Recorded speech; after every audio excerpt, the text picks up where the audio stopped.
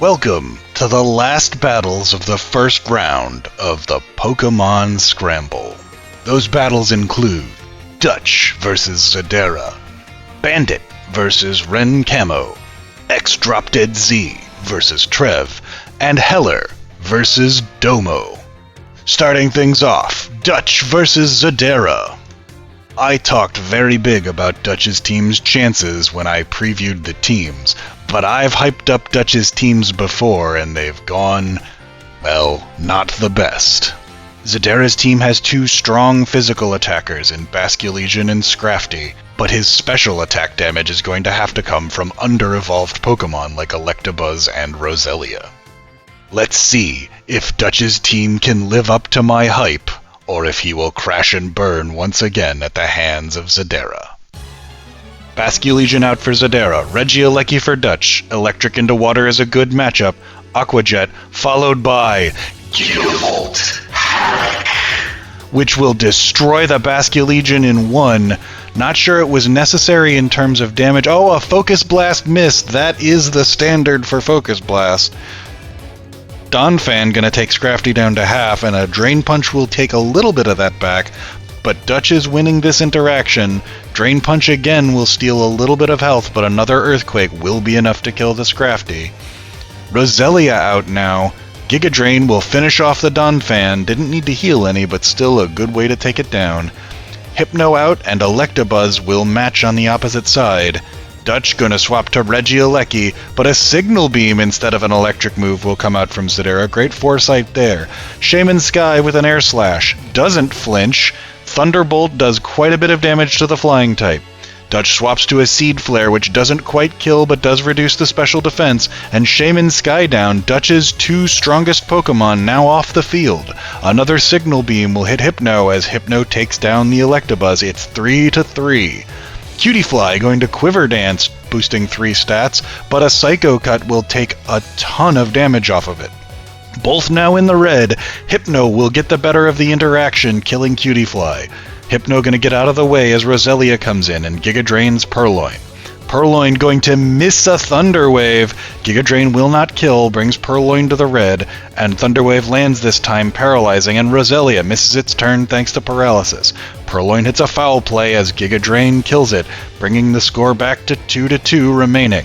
Hypno not going to quite kill with that Psycho Cut, but Giga Drain going to leave Hypno at 1%. Psycho Cut does finish off the Roselia, and Dutch is down to just Oshawott, which terastallizes water. A Trailblaze will take half of Oshawott's health as Oshawott finishes off the Hypno, and we are down to a starter water type versus a starter water type, both under-evolved. Both use Toxic effectively, but Oshawott already at 50% thanks to that Hypno. A knockoff going to take away Poplio's item. Another Toxic for some reason from Poplio, could not have possibly done anything. Knockoff does not crit, and the flip turn will be enough to bring Oshawott into the red and let the Toxic Poison bleed it out. With the Legends and the strongest Pokemon already dead, each team forced to make do with what it had left, and Dutch's team had just a little bit more gas left in the tank.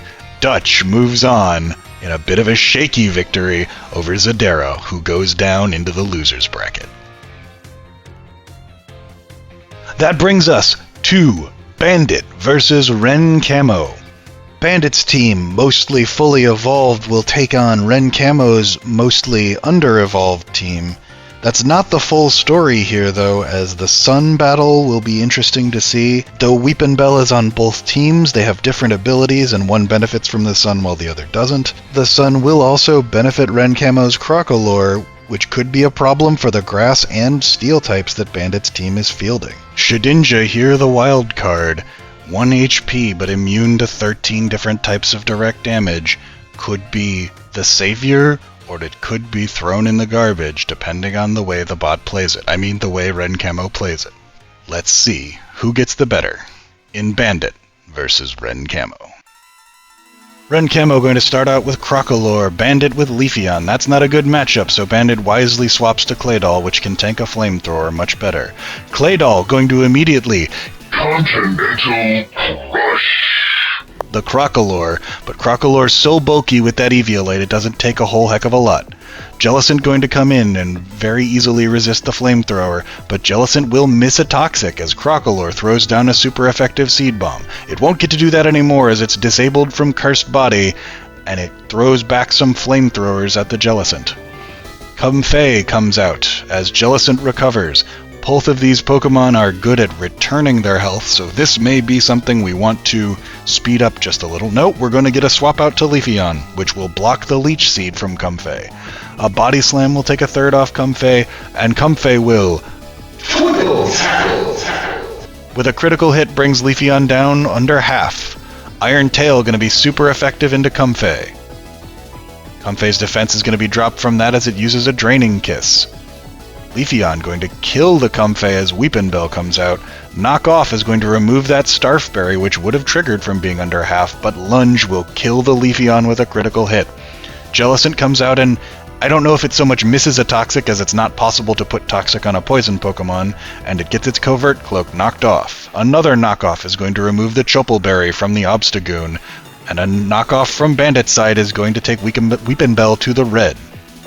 Lunge is going to reduce, then increase Obstagoon's attack thanks to its Defiant ability, and Weepinbell is killed. Obstagoon uses Obstruct, but that only stops direct damaging moves. Will-O-Wisp will still land through that Obstruct. Great move from Rencamo there. A knockoff is going to remove the Eviolite, making Crocolore much easier to kill, but Crocolore will take down the Obstagoon in the meantime. A swap to Shedinja, not good timing as Claydol chooses to use Ancient Power, a super effective move that gets through that Wonder Guard. Knockoff is going to finish off the Claydol, bringing things back to a 3 versus 3. Stealth Rock's a little bit late in the match, but not terrible. Solar Beam after the Sun setup is going to critically hit the Crocorock. Weepinbell, fast thanks to its ability in the Sun, is going to put down another Solar Beam into the Crocolore, and leaving only Oshawott on Rencamo's side. It's not going to outspeed the Chlorophyll-boosted Weepinbell, but it does have a Sash. Ice Beam, great choice in the Sun because it won't be reduced like a Water move would, but Solar Beam is going to kill the Oshawott after the Ice Beam fails to take Weepinbell all the way. Great work from Bandit, setting up the Sun and going to town with Solar Beams, finishing off the last half of Rencamo's team for the win. Rencamo going down into the loser's bracket. Bandit will advance and will evolve the one Pokemon he has the chance to, the one that carried his team to victory, Weepinbell. Next on the docket for today is xDropDeadz versus Trev.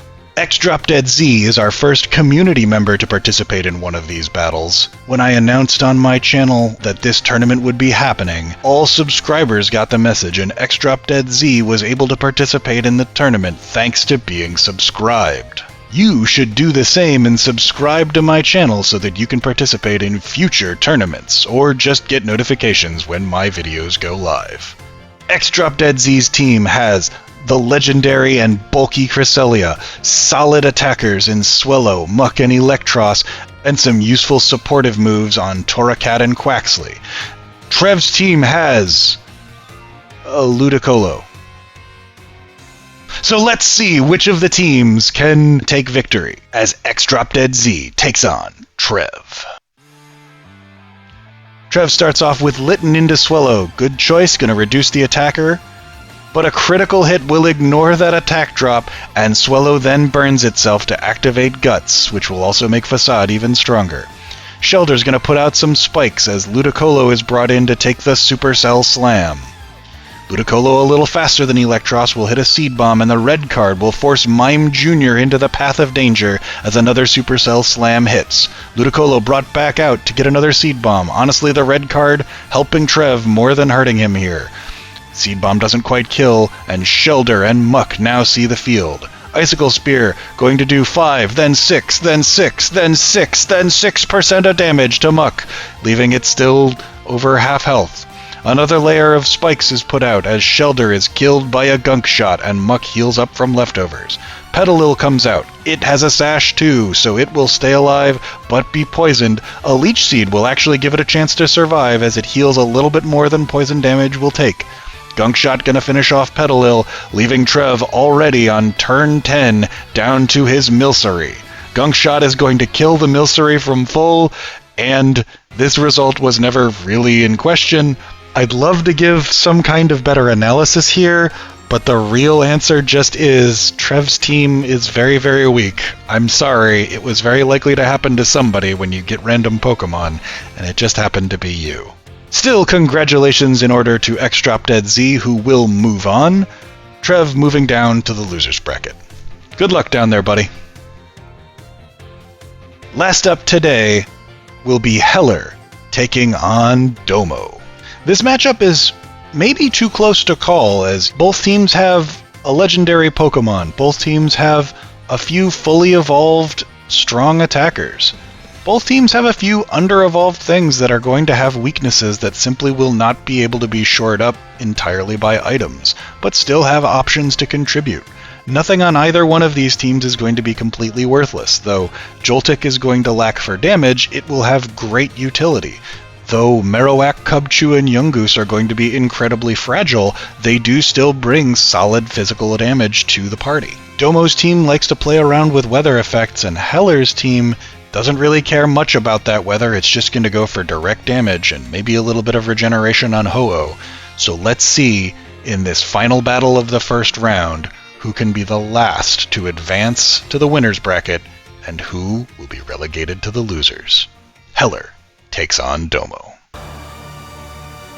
Domo starts with his legendary Glastrier. Heller does not, but does immediately swap to Ho-Oh and is very fortunate that an Icicle Crash will miss. Brave Bird, an interesting choice there instead of using a fire attack, as Icicle Crash takes 3/4 of Ho-Oh's total health. Sacred Fire, though, is going to finish the Glastrier, bringing in Ludicolo. Heller gets Joltik in instead of that Ho-Oh, and eats an Ice Beam very well. I'm surprised at how bulky that actually is.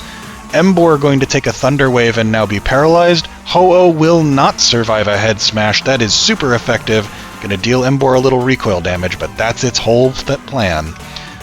Komala comes in and is going to use Return to great effect to destroy Emboar.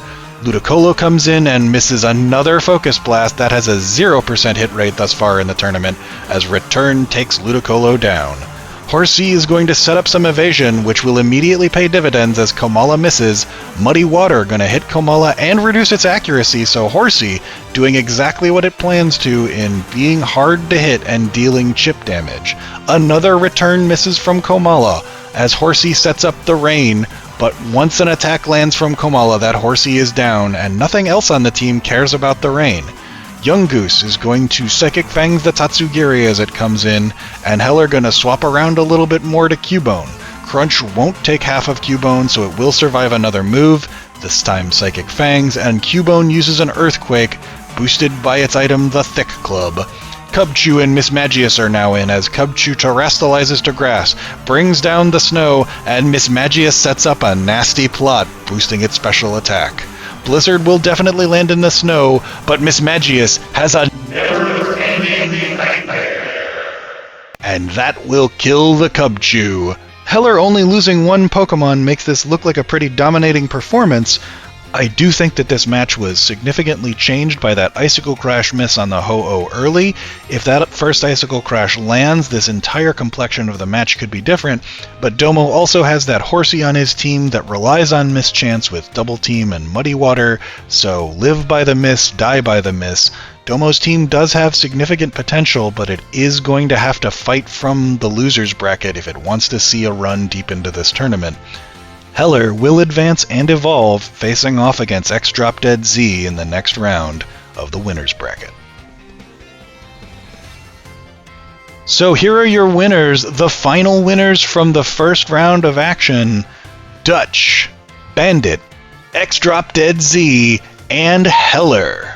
Congratulations to all of you. Your teams will evolve and improve. To those of you going down to the losers bracket, there's still a lot of hope for plenty of your teams.